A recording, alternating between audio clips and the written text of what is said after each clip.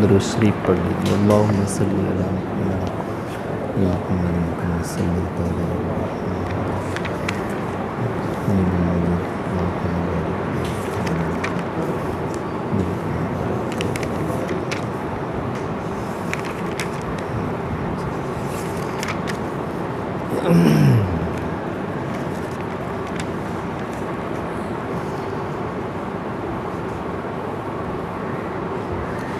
اعوذ باللہ من الشیطان الرجیم. بسم اللہ الرحمن الرحیم. بئس ما اشتروا به انفسهم ان يكفروا بما انزل الله بغيا ان ينزل الله من فضله على من يشاء من عباده فباءوا بغضب على غضب وللكافرين عذاب مهين. وَإِذَا قِيلَ لَهُمْ آمِنُوا بِمَا أَنزَلَ اللَّهُ قَالُوا نُؤْمِنُ بِمَا أُنزِلَ عَلَيْنَا وَيَكْفُرُونَ بِمَا وَرَاءَهُ وَهُوَ الْحَقُّ مُصَدِّقًا لِمَا مَعَهُمْ قُلْ فَلِمَ تَقْتُلُونَ أَنْبِيَاءَ اللَّهِ مِنْ قَبْلُ إِن كُنتُم مُؤْمِنِينَ.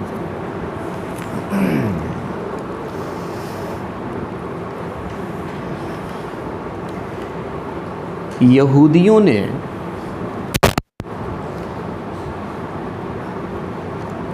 آخرت کے عذاب کے بدلے میں اپنے آپ کو بیچ دیا تھا.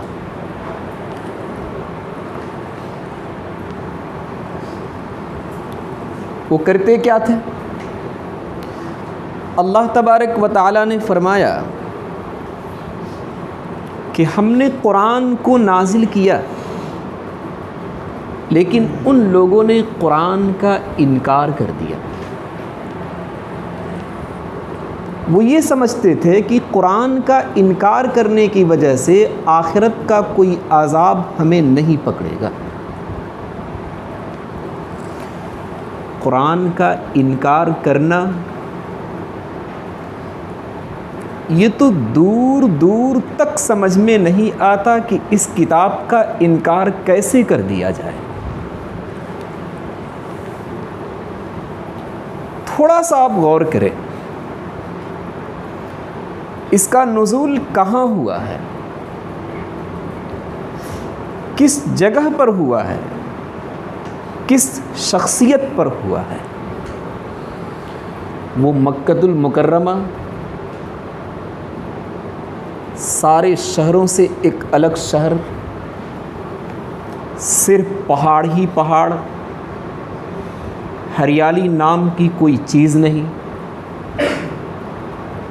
نہ تو زرخیز علاقہ ہے اور نہ ہی مردم خیز علاقہ ہے. کوئی قابل انسان آپ کو مل جائے جس وقت کی نازل ہو رہا تھا، ایسا کچھ بھی نہیں.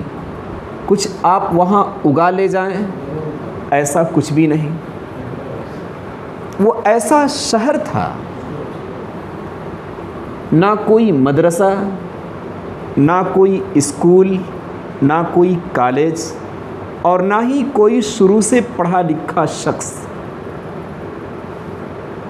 ایسے ماحول میں اللہ کے رسول صلی اللہ علیہ وسلم اپنی زبان سے اس قرآن کی تلاوت کرتے ہیں، جبکہ آپ صلی اللہ علیہ وسلم نے کسی سے کچھ سیکھا تک نہیں،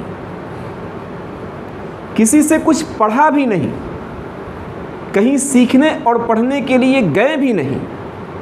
شام ایک دو مرتبہ جانا ہوا، وہ بھی تجارت کی غرض سے جانا ہوا، اور جتنے دن وہاں رہیں اتنی مدت میں کوئی علم حاصل کرنا یہ ناممکن ہے. لیکن ان سب کے باوجود آپ صلی اللہ علیہ وسلم کے پاس اچھے اخلاق ضرور تھے، اچھی عادتیں ضرور تھیں، دیانت داری ضرور تھی، امانت داری ضرور تھی. اسی وجہ سے وہاں کے کفار بھی باوجود کہ آپ صلی اللہ علیہ وسلم سے دشمنی رکھتے تھے لیکن امین کہا کرتے تھے کہ آپ امانت دار ہیں. پڑھنا اور لکھنا درکنار، اور پھر پڑھتے کیسے؟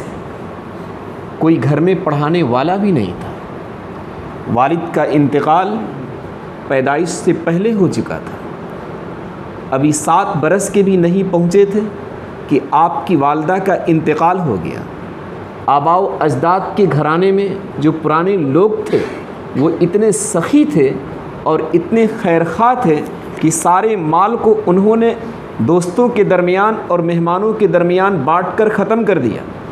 تو کوئی پڑھانے والا بھی نہیں تھا، کوئی پیچھے سپورٹ بھی نہیں تھا، بیک گراؤنڈ بھی صحیح نہیں تھا، آپ صلی اللہ علیہ وسلم کیسے پڑھتے؟ ان سب کے باوجود نہ کوئی مدرسہ، نہ کوئی اسکول، نہ پڑھانے والا، نہ بیک گراؤنڈ صحیح، نہ کہیں کا سفر ہوا۔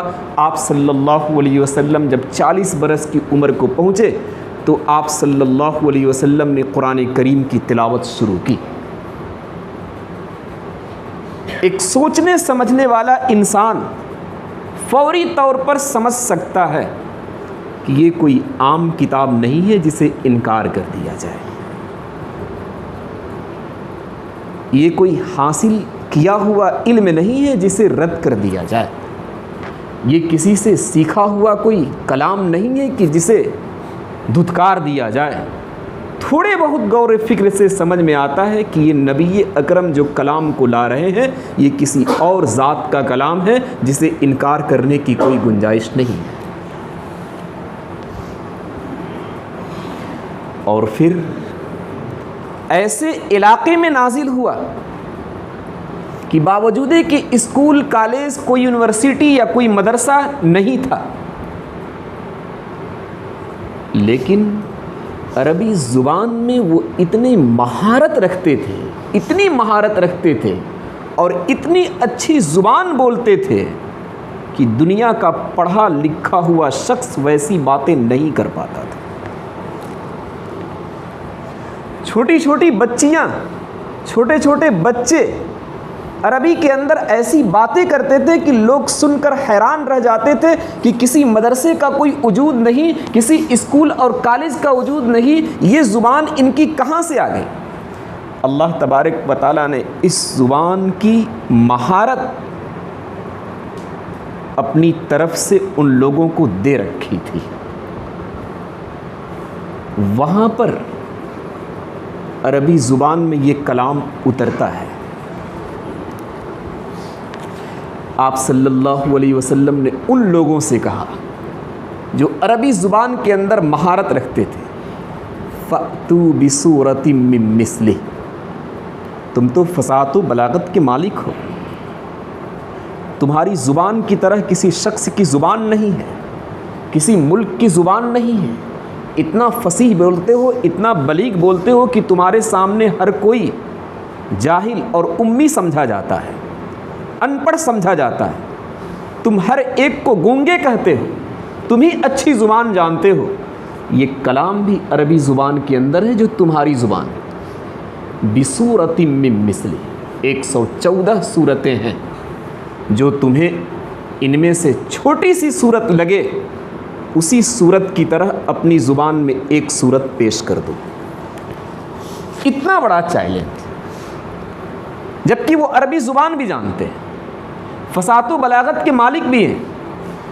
پھر اللہ تبارک و تعالیٰ نے فرمایا کہ اکیلے نہیں، وَادْعُوا شُهَدَاءَكُمْ، جس سے مدد لینی ہے ان سب کو بلا لو،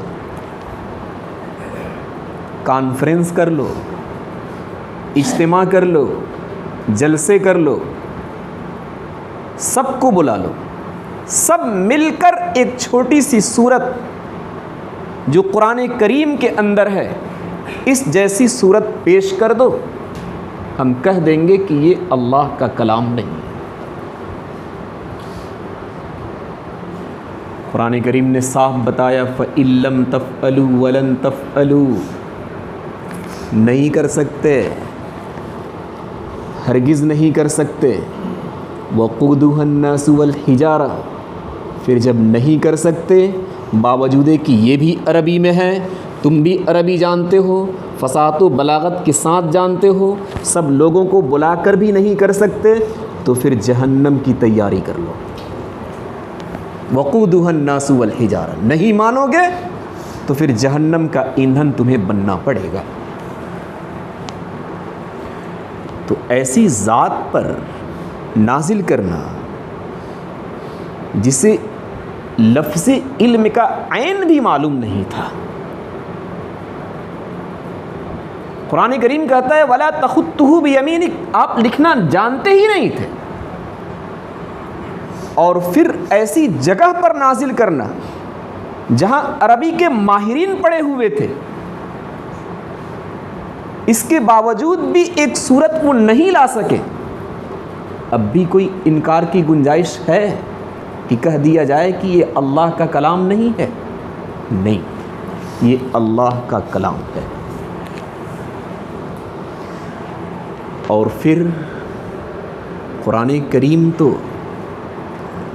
آگے کی باتوں کو بالکل سچائی کے ساتھ بیان کرتا ہے، آگے کیا ہونے والا ہے۔ روم اور فارس کے درمیان لڑائی ہوئی، مکہ کے مشرکین کا تعلق فارس سے تھا، اس لیے کہ فارس والے بھی غیر کی پوجا کرتے تھے اور مکہ کے مشرکین بھی غیر کی پوجا کرتے تھے، تو غیر ہی کو دیکھے گا، آج تک وہی چلا آ رہا ہے۔ اور روم یہ اہل کتاب تھے، آسمانی کتاب ان کے پاس تھی، تو ان سے تعلق مکہ کے ایمان والوں کا تھا، تو مشرکین سپورٹ کرتے تھے فارس کی اور مکے کے ایمان والے سپورٹ کرتے تھے روم کی، ان دونوں کی لڑائی ہوئی۔ قرآن نے فرمایا کہ روم اور فارس کی لڑائی ہوگی، فارس جیت جاوے گا اور روم ہار جائے گا۔ پھر دوسری لڑائی ہوگی، 10 سال کے اندر اس لڑائی میں روم جیت جاوے گا اور فارس ہار جائے گا۔ یہ آگے کی بات قرآن کریم نے بتائی، الف لام میم غلبت الروم فی ادنی الارض وهم من بعد غلبهم سیغلبون فی بضع سنین، بالکل ایسا ہی ہوا جیسا کہ قرآن نے بتایا۔ اگر کوئی انسان کا کلام اگر ہے اور ہوتا تو آگے کی بات انسان کا کلام نہیں بتاتا ہے، بتا بھی دے اندازے پر تو کہیں جھوٹ ثابت ہو جائے گا۔ اس سے صاف پتہ چلتا ہے کہ یہ اللہ کا کلام ہے، اسے انکار کی کوئی گنجائش ہمارے پاس نہیں ہے۔ پھر اس کی ایک خصوصیت یہ بھی ہے کہ جو پہلے کی قوم گزری ہے، قوم عاد، قوم سمود، قوم نوح، قوم لوط، قوم صالح، جتنی قومیں گزری ہیں، ان سب کے واقعات حقانیت کے ساتھ اور سچائی کے ساتھ قرآن پیش کرتا ہے، ایسے طریقے پر کہ خود اس قوم کے بڑے بڑے عالموں کو بھی اس قوم کا واقعہ معلوم نہیں ہے، ایسے طریقے پر قرآن کا بیان کر دینا کہ وہاں کے بڑے عالموں کو بھی پتہ نہیں ہے۔ یہ اس بات کی دلیل ہے کہ یہ قرآن کسی اور کا کلام نہیں ہے بلکہ اللہ کا کلام ہے، انکار کی کوئی گنجائش نظر نہیں آتی۔ اور تو اور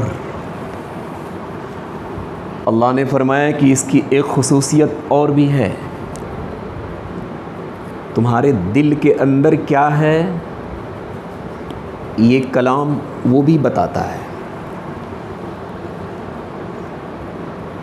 ہم نے اس دل کی باتوں کو زبان تک نہیں لایا، لوگوں کے سامنے پیش بھی نہیں کیا، لوگ بالکل اوجھل ہیں ان باتوں سے۔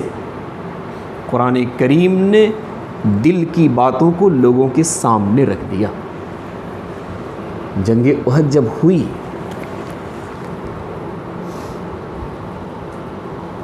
تو ہمارے ایمان والوں میں سے 2 جماعتیں ایسی تھیں جن میں سے ایک کا تعلق اوس سے تھا، بنو حارثہ، اور ایک کا تعلق خزرج سے تھا، بنو سلمہ۔ ان دونوں نے دیکھا کہ مشرکین کے پاس تو ایک بڑی سی جماعت ہے، بڑی فوج ہے، اور ہم ان کے مقابلے میں کچھ بھی نہیں ہیں۔ ان کے پاس لڑنے کے ہتھیار ہے، سواری کے گھوڑے اور اونٹ ہے، اور طرح طرح کے ہتھیار اور اوزار موجود ہے، ہمارے پاس تو کچھ بھی نہیں۔ ان دونوں نے سوچا اپنے دل کے اندر کہ چلو ہم اس جنگ سے پھر جاتے ہیں، اپنے گھر لوٹ جاتے ہیں۔ ابھی یہ ساری باتیں اپنے دل کے اندر پکا رہے تھے۔ اذ ہمت طائفتان منکم ان تفشلا، یاد کرو جبکہ دو جماعتوں نے نامردی کا فیصلہ کر لیا تھا کہ ہم اس جنگ میں اپنے آپ کو سیٹ نہیں کر سکیں گے، کسی سے یہ بات بتائی نہیں تھی، اللہ تبارک و تعالیٰ نے ظاہر کر دیا کہ یہ دونوں چاہتے ہیں کہ اس جنگ سے ہم نکل جائیں، حالانکہ ہم نکلنے نہیں دیں گے۔ واللہ ولیہما، اللہ مددگار ہے۔ تو آگے کی بات اور دل کی بات کسی انسان کا کلام نہیں بتا سکتا، ہم میں سے کوئی شخص کسی کے دل کو نہیں بتا سکتا، یہ صرف بتانے والا کلام اللہ کا کلام ہو سکتا ہے جسے انکار کی کوئی گنجائش نہیں ہے۔ اور پھر اس کے اندر جگہ جگہ پر ایسی باتیں بھی موجود ہیں۔ یہ قرآن کریم نے یہ اعلان کر دیا کہ ایک قوم کے پاس ایک کام کرنے کی صلاحیت اور طاقت اور قوت موجود ہے، لیکن اس کے باوجود بھی وہ قوم اس کام کو کر نہیں سکتی۔ یہودی اپنی محبت اور اپنی دوستی کا دعویٰ کرتے تھے اللہ تعالیٰ سے کہ ہماری محبت کس سے ہے؟ اللہ سے۔ نحن ابناء اللہ و احباؤہ، ہم اس کے دوست ہیں۔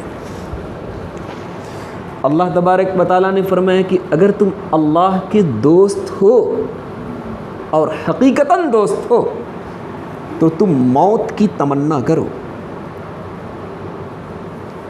موت کی تمنا کرنے کی قدرت تھی یا نہیں تھی؟ بس صرف کہہ لیتے کہ ہاں ہم موت کی تمنا کر رہے ہیں، اس پر اتنی سی ساری قدرت کی کیا ضرورت تھی؟ لیکن قرآن کریم نے صاف فرما دیا وَلَن يَتَمَنَّوْهُ أَبَدًا، ہرگز یہ موت کی تمنا نہیں کر سکتے۔ یہ آیت جب اتر کر آئی یہودیوں کے سامنے کہ بھائی تم اللہ سے دوستی کا دم بھرتے ہو، تو اللہ نے فرمایا کہ موت کی تمنا کرو، اور موت کی تمنا کرنے کی قدرت بھی تمہارے پاس موجود ہے، تو تم تمنا کیوں نہیں کرتے تاکہ تم اپنے دعوے میں سچے ہو جاؤ؟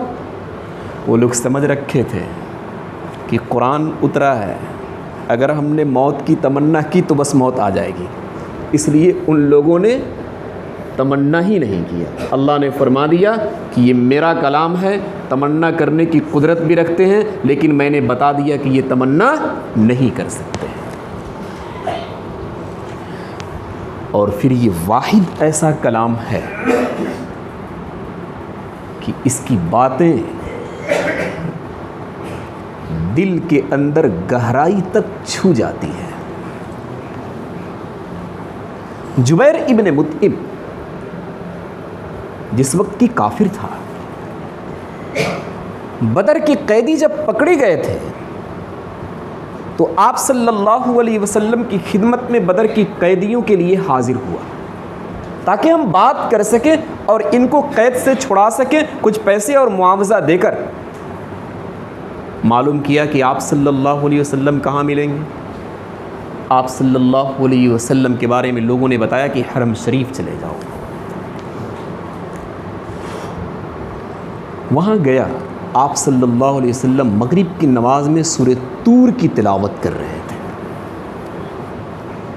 کرتے کرتے ام خلقوا من غیر شیء ام خلقوا السماوات والارض بل لا یوقنون ام عندهم خزائن ربک، وہ اس آیت پر پہنچے۔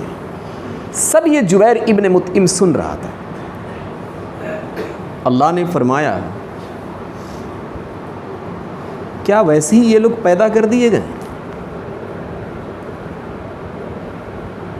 کیا آسمان و زمین کو پیدا کرنے والے یہ ہیں یا ہم ہیں؟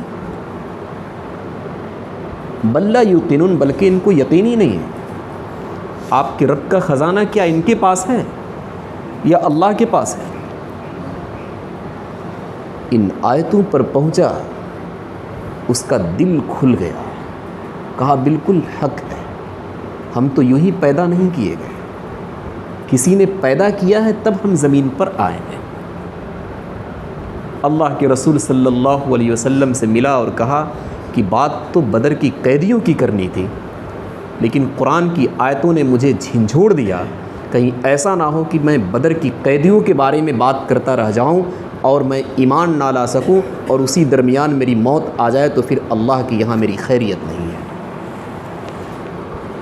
اتنا اثر، اتنا مؤثر کوئی اور کتاب نہیں ہو سکتی۔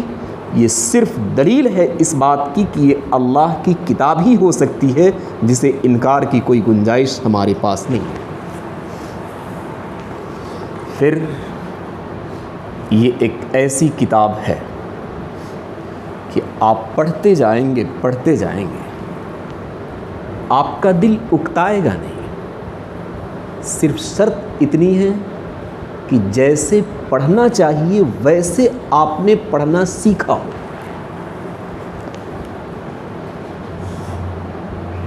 آپ کا دل کبھی نہیں اکتائے گا۔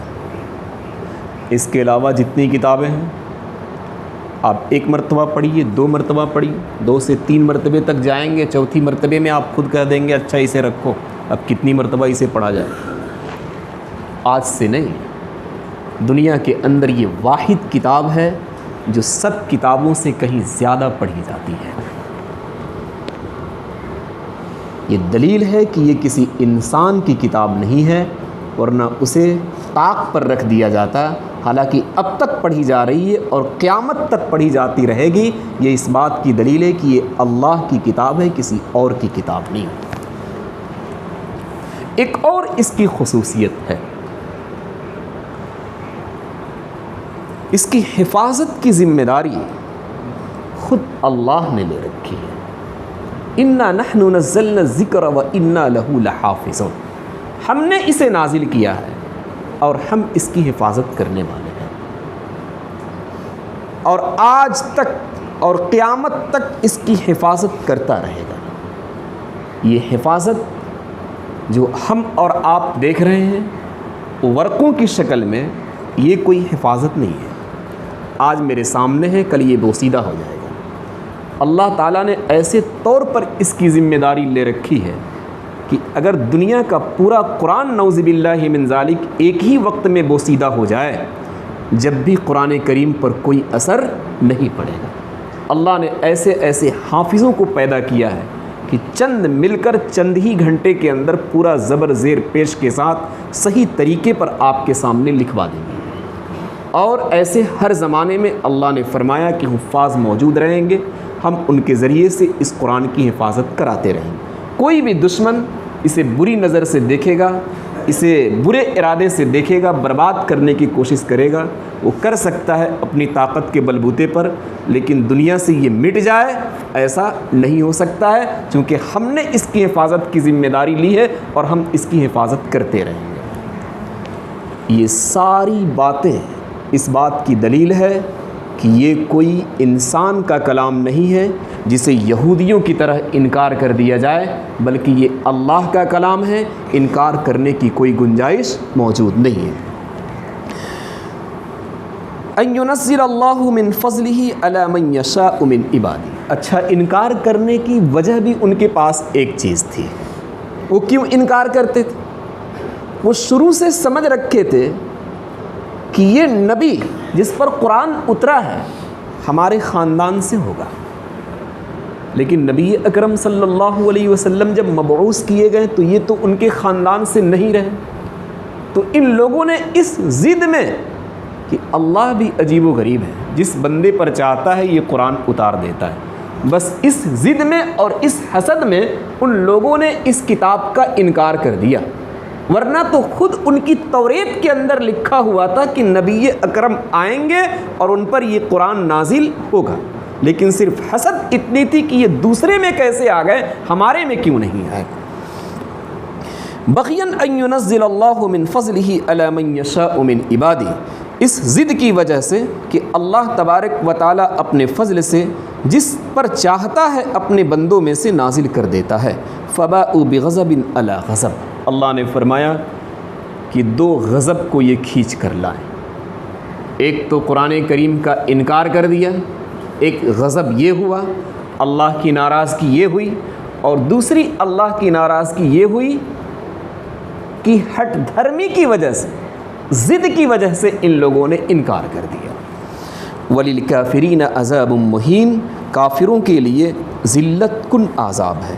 وَإِذَا قِيلَ لَهُمْ آمِنُوا بِمَا أَنزَلَ اللَّهُ قَالُوا نُؤْمِنُ بِمَا أُنزِلَ عَلَيْنَا وَيَكْفُرُونَ بِمَا وَرَاءَهُ، اللہ نے اس مضمون کو اور صاف طریقے پر بیان کیا کہ کیسے ان لوگوں نے انکار کیا۔ دیکھیے، جب ان سے کہا گیا کہ ایمان لاؤ قرآن پر جسے اللہ نے نازل کیا، ان لوگوں نے کیا کہا؟ نؤمن بما انزل علینا، ہم تو اس پر ایمان لاتے ہیں جو ہم پر نازل ہوا، اور یہ کس پر نازل ہو گیا؟ نبی اکرم پر نازل ہو گیا، اس لیے ہم اس پر ایمان نہیں لائیں گے۔ یہ ان کی اپنی ضد اور ہٹ دھرمی تھی کہ ہمارے خاندان میں آنا چاہیے تھا، ہمارے خاندان سے اور ہمارے قبیلے سے یہ باہر چلا گیا۔ وَيَكْفُرُونَ بِمَا وَرَاءَهُ، ان لوگوں نے کہا کہ ہم تو اس کتاب پر ایمان رکھتے ہیں جو ہم پر نازل ہوا، اور انکار کر دیتے ہیں اس کتاب کا جو اس کے بعد ہے۔ وَهُوَ الْحَقُّ مُصَدِّقًا لِمَا مَعَهُمْ قُلْ فَلِمَ تَقْتُلُونَ أَنْبِيَاءَ اللَّهِ مِنْ قَبْلُ إِن كُنتُم مُؤْمِنِينَ، اللہ نے 3 جوابات دیے۔ نمبر 1، وَهُوَ الْحَقُّ، یہ تو حق ہے، کتاب جو ہم نے نازل کیا یہ سچی کتاب ہے، جس طریقے سے توریت سچی کتاب ہے ہم نے اسے نازل کیا، اسی طریقے پر اس کتاب کو بھی سچائی کے ساتھ ہم نے نازل کیا، تو اس پر تم کیوں ایمان نہیں لاتے؟ مصدقا لما معہم، توریت کے اندر جو مضمون ہے اس مضمون کی یہ تصدیق کرتا ہے یہ قرآن، تو توریت پر ایمان رکھتے ہو اور اس پر ایمان نہیں رکھتے، یہ کون سی سچائی ہے؟ قل فلم تقتلون انبیاء اللہ من قبل ان کنتم مؤمنین، اللہ نے فرمایا کہ اچھا جو تم پر نازل ہوا اس پر ایمان رکھتے ہو، اور یہ محمد پر نازل ہوا تو اس پر ایمان نہیں رکھتے۔ جو تم پر نازل ہوا ہے اس کے اندر تو لکھا ہوا ہے کہ انبیاء کو قتل کرنا حرام ہے، تو پھر انبیاء کو تم لوگوں نے کیوں قتل کیا؟ حضرت زکریا کو قتل کر دیا، حضرت یحییٰ کو قتل کر دیا، اور بہت سارے انبیاء کو تم لوگوں نے قتل کر دیا۔ اس سے صاف پتہ چلتا ہے کہ جس طریقے پر تم اس قرآن پر ایمان نہیں رکھتے اسی طریقے پر تم اپنی کتاب توریت پر بھی ایمان نہیں رکھتے۔ قل فلم تقتلون انبیاء اللہ من قبل ان کنتم مؤمنین، آپ کہہ دیجئے کہ تم کیوں قتل کرتے ہو اللہ کے انبیاء کو اس سے پہلے اگر تم ایمان رکھنے والے ہو۔ ان ساری باتوں کا حاصل صرف اتنا ہے کہ قرآن یہ کسی انسان کا کلام نہیں ہے کہ اسے انکار کر دیا جائے، بلکہ صاف طور پر دسیوں دلیلیں نہیں بلکہ سینکڑوں دلیلیں بتا رہی ہیں کہ یہ اللہ کی کتاب ہے، اللہ کا کلام ہے، کہیں سے اسے انکار کرنے کی کوئی گنجائش نظر نہیں آتی۔ کچھ مسئلے بھی تھے کہ عید کی تکبیرات زوائد اگر چھوٹ گئی تو آپ کیا کریں گے؟ عید کی نماز چونکہ صبح میں ہوتی ہے، وہی اشراق کے وقت یا اس کے بعد 8-9 بجے، ہمارے کلکتے میں سونے کا وقت ہوتا ہے، کبھی ایسا ہو سکتا ہے کہ ہم مسجد میں یا عیدگاہ میں اس وقت حاضر ہوئے جبکہ ہمارا امام کہاں چلا گیا؟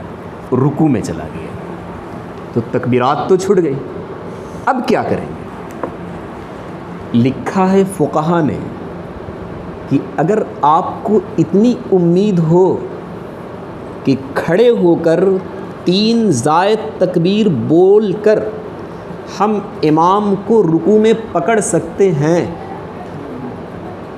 تو پھر پہلے 3 زائد تکبیر کھڑے ہو کر بول لیجئے اس کے بعد آپ رکوع میں چلے جائیے. اور اگر آپ کو یہ لگے کہ نہیں جب تک ہم تکبیر بولیں گے تب تک تو ہمارا امام رکوع سے کیا کرے گا؟ اٹھ جائے گا، تو پھر فقہاء نے لکھا ہے کہ آپ سیدھے رکوع میں چلے جائیے نیت باندھ کر، اور وہاں سبحان ربی العظیم کے بجائے 3 مرتبہ تکبیر بولیے. سمجھ رہے ہیں؟ اور ہاتھ کانوں تک اٹھانے کی ضرورت نہیں ہے. یہ فقہاء نے لکھا ہے. ایک دوسرا مسئلہ کہ قربانی کرتے وقت جانوروں کو قبلہ رخ لٹانا واجب ہے کیا ہے؟ فقہاء نے لکھا ہے کہ واجب نہیں ہے، بہت زیادہ ہو سکتا ہے، سنت ہوگا، مستحب ہوگا، واجب نہیں ہے. آپ کے گھروں میں اگر جگہ نہ ہو قبلہ رخ لٹانے کی، کوئی حرج کی بات نہیں. جس طریقے پر آسانی سے ہو سکے آپ قربانی کر ڈالیے. قبلہ رخ لٹا کر قربانی کرنے میں دیر مت کیجیے کہ ابھی قبلہ رخ ہوا نہیں، ابھی جانور کو پٹکے رہو، نہیں. ایک تیسرا مسئلہ یہ بھی پوچھا گیا تھا کہ قربانی کے ساتھ عقیقے کی نیت ہو سکتی ہی یا نہیں؟ ہو سکتی ہے. جس طریقے پر قربانی کرنے کے ذریعے سے ہمارا ارادہ ہوتا ہے اللہ کی قربت حاصل کرنا، ثواب حاصل کرنا، یہی ارادہ عقیقے میں بھی ہوتا ہے، قربت حاصل کرنا. لہٰذا دونوں ثواب ایک جگہ جمع ہو سکتے ہیں کہ کچھ حصے آپ قربانی کے لیے منتخب کر دیں اور کچھ حصے آپ عقیقے کے لیے منتخب کر دیں.